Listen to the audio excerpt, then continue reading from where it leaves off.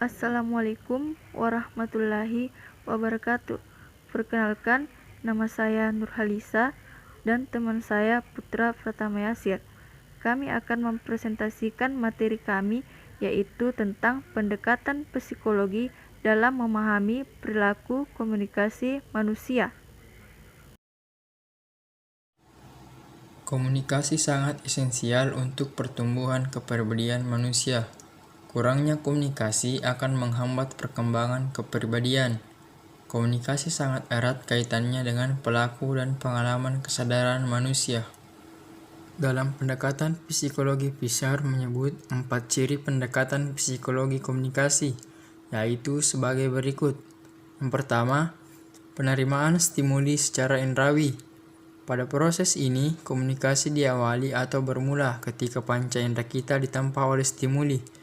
Panca indera tersebut yakni mata, hidung, telinga, kulit, dan mulut.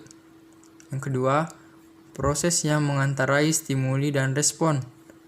Pada ciri pendekatan ini, stimuli yang ditangkap oleh alat indera kemudian diolah dalam otak.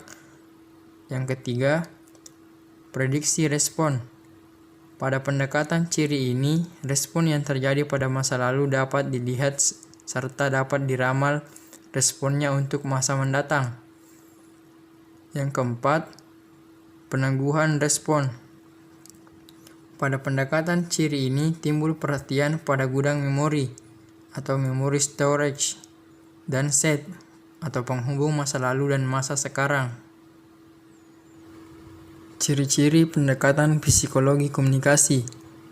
Terlihat bagaimana psikologi komunikasi memakai perspektif keilmuan lain dan sekaligus pula menggambarkan kemandirian psikologi komunikasi sendiri sebagai sebuah aspek disiplin keilmuan.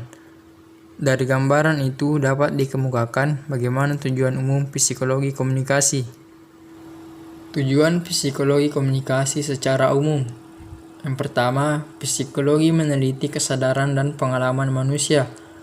Hal tersebut diarahkan pada pusat perhatian perilaku manusia dan mencoba menyimpulkan proses kesadaran yang menyebabkan terjadinya perilaku manusia itu. Yang kedua, psikologi komunikasi juga melihat bagaimana respon yang terjadi pada masa lalu dan dapat meramal respon yang terjadi pada masa yang akan datang. Yang ketiga, konsep ini menunjukkan bahwa psikologi komunikasi sangat berperan dalam perubahan perilaku manusia, terutama saat manusia berkomunikasi dengan manusia lain, baik yang sifatnya interpersonal, kelompok, maupun massa. Kepribadian manusia. Kepribadian manusia terbentuk dan berkembang melalui komunikasi, sehingga melalui komunikasi seorang individu menemukan dirinya sendiri, mengembangkan konsep diri, dan menetapkan dirinya dengan lingkungan sekitarnya. Hubungan tersebut menentukan kualitas hidupnya sendiri. Kegagalan berkomunikasi akan berakibat buruk pada proses pembentukan kepribadian seseorang. Untuk itu, setiap individu memerlukan keterampilan dan kemampuan sehingga dapat berkomunikasi yang efektif. Psikologi komunikasi bertujuan untuk memahami tanda-tanda komunikasi yang efektif.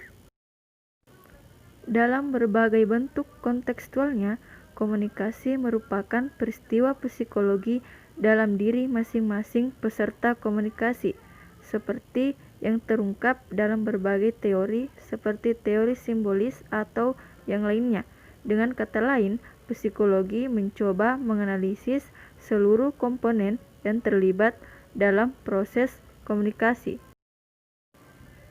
Pada diri komunikan, psikologi menganalisis karakteristik manusia komunikan serta faktor-faktor internal dan eksternal yang mempengaruhi perilaku komunikasinya.